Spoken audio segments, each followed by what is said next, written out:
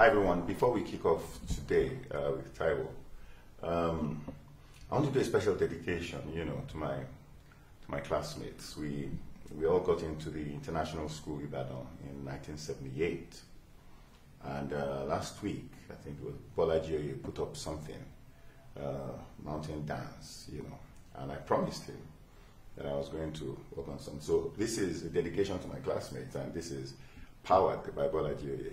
All right, so, okay, so help me God.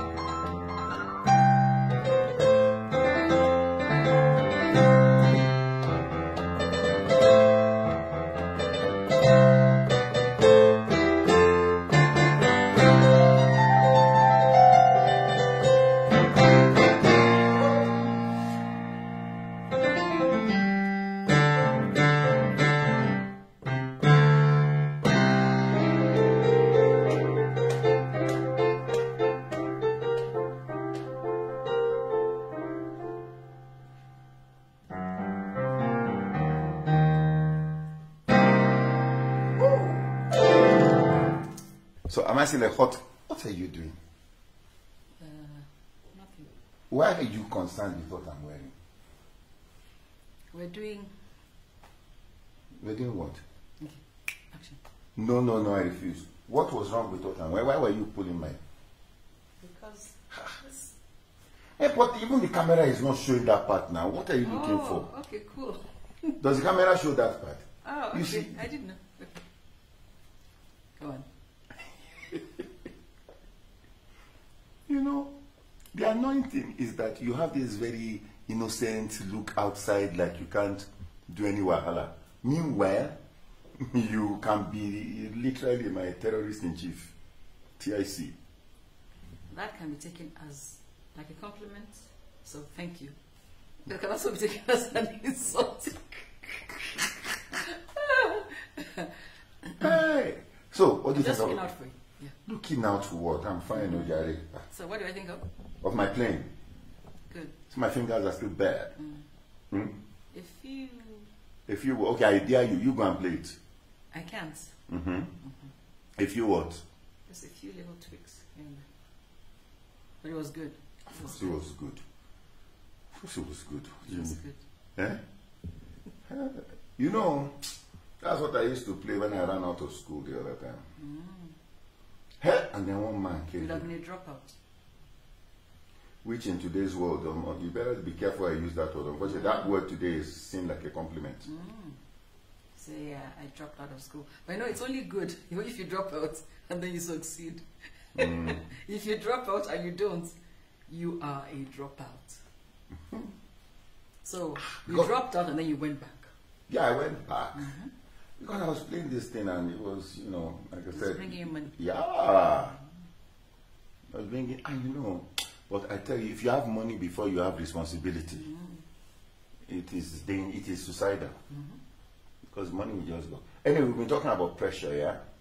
And today, you know, a lot of people have been reaching out privately that we just continue this issue of pressure. I think one of the, when I was playing that piece, every time I play that piece, or I play pieces like that, I always think of, that's how to deal with pressure. See, my left hand is very active. Dun, dun, dun, dun, dun, dun, dun, dun, dun. And then my right hand is doing its own. Now, if I focus on the left hand, I will miss out on the right hand. If I focus on the right hand, I'll lose my coordination on the left hand. So I just need to focus on where I'm going, you know. And I think that's, because I look at, a lot of times we're under pressure and we focus on the pressure on this side and then this one is suffering. We focus on this one, you know, and I don't know. We're talking about the things that put men under pressure. And most of you ladies, you have no clue. You have no clue. I or we, generally? The female race. Okay. We have no clue. So tell us. About the things that put a man under pressure. What puts men under pressure? Number one is a wife that reminds the man about what the man already knows. So, the man knows. You guys, am I telling the truth? Guys, the man knows that, let me look for an example. Maybe the man knows, oh, you've not paid school fees. And then the wife keeps reminding him that, sweetheart. Okay, you don't call me sweetheart, you call me, what do you call me? I call you baby, but let's even say. Okay. I'm surprised if the wife is not saying sweetheart at that point. You'll be like, Baba. Whatever. We have not paid, you know, the school fees and all that.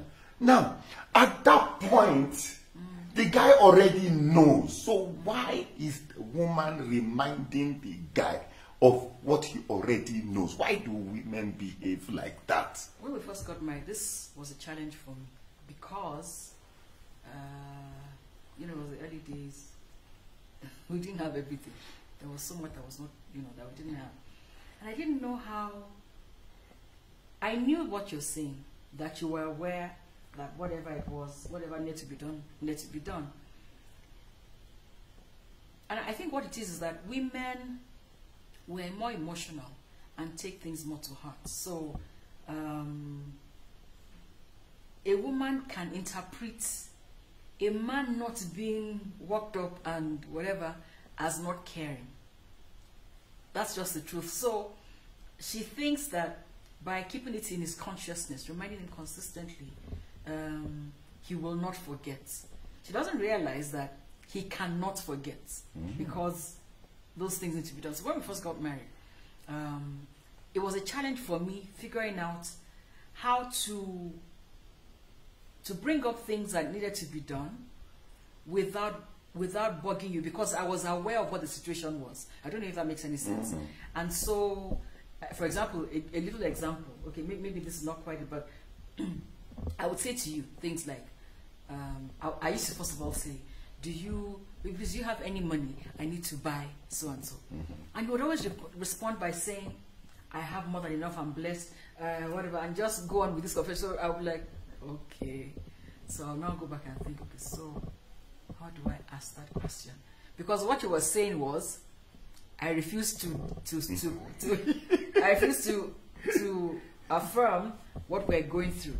Yeah. So I went back to think, then I'll come back and say, okay, do you have any loose change? Yeah, I remember you used to do that. Yeah. Yes, and that was my way of asking without Nagging. And I think it's a challenge for women. I don't know which book it was I read that the needs of a man and a woman in marriage are different in order of priority. For a woman, what a woman needs the most is the need for security. And security covers whatever will make them comfortable financially and all that. A man's number one need in marriage is up there, sex. It's not... what are you talking about? Who told you that? Okay, I read it somewhere. It's not true. You can't be reading all these funny things you read. Who told you that? So the point I'm trying to make is that for women, they need to feel secure. They need to feel covered. That's why I think many women will look for someone who has money because it gives them a sense of security. Okay, but how do we get into it? We're talking of, I said, what puts a man under pressure is when the woman is telling him what he already knows. Yes, that's number one. And it doesn't just have to be money, you know? Well, many times it's money related. Most of the time, for instance, assuming you see the roof is leaking, it's not that the man is blind though. He sees that roof leaking, and the woman keeps the roof is leaking. No, he sees it, but you don't have to keep reminding him because every time you say that, you are adding to the pressure. And you know what? The more you say it, the less likely for him to get a solution. And the more you say it, the more he sees you as part of the problem. You can see my guys are nodding their heads. So you become like an ostrich. Okay, not you. The man becomes like an ostrich. It's not ostrichy. What is it? What is it? It's that women need to understand that we process things differently. You know, what you want to see is me going, hey, the roof is on fire. You know?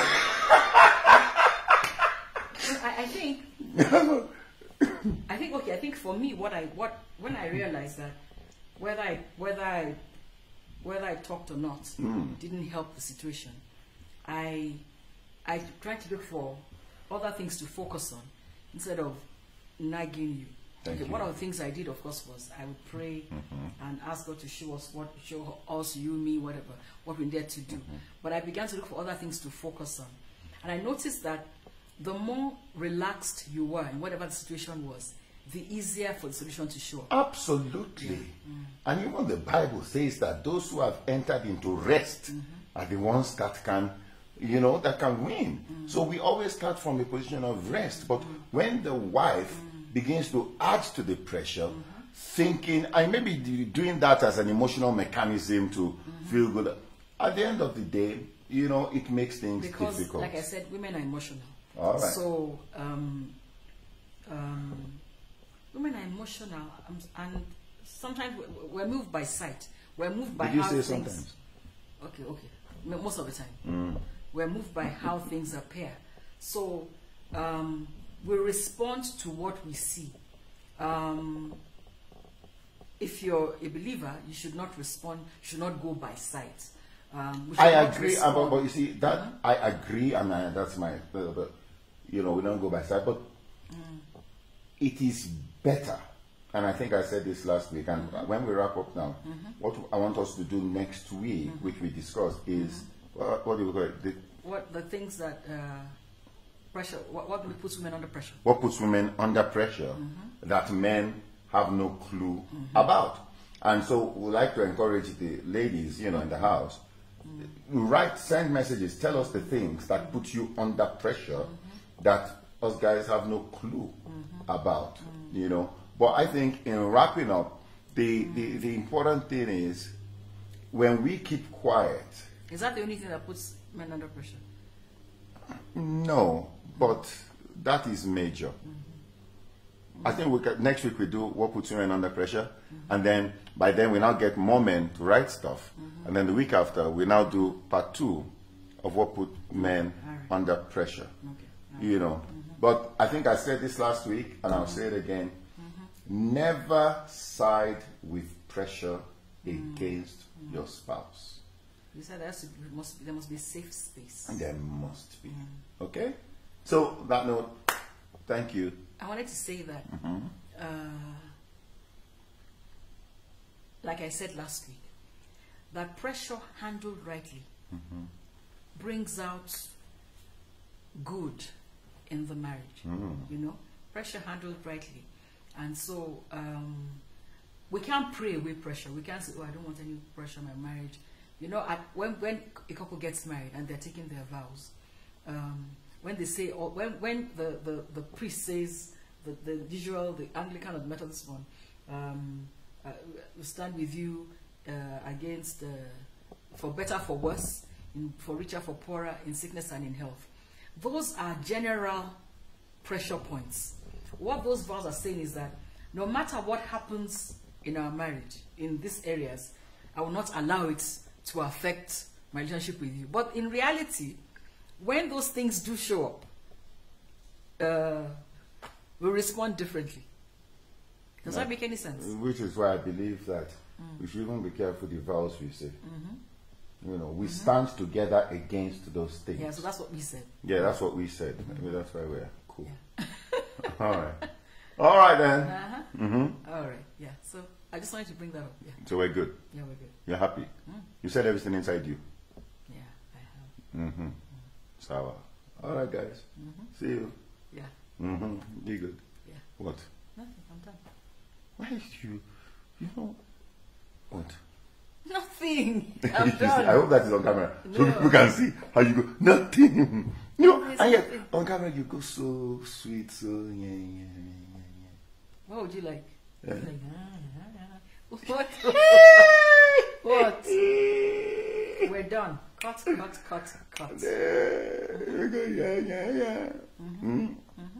Yeah.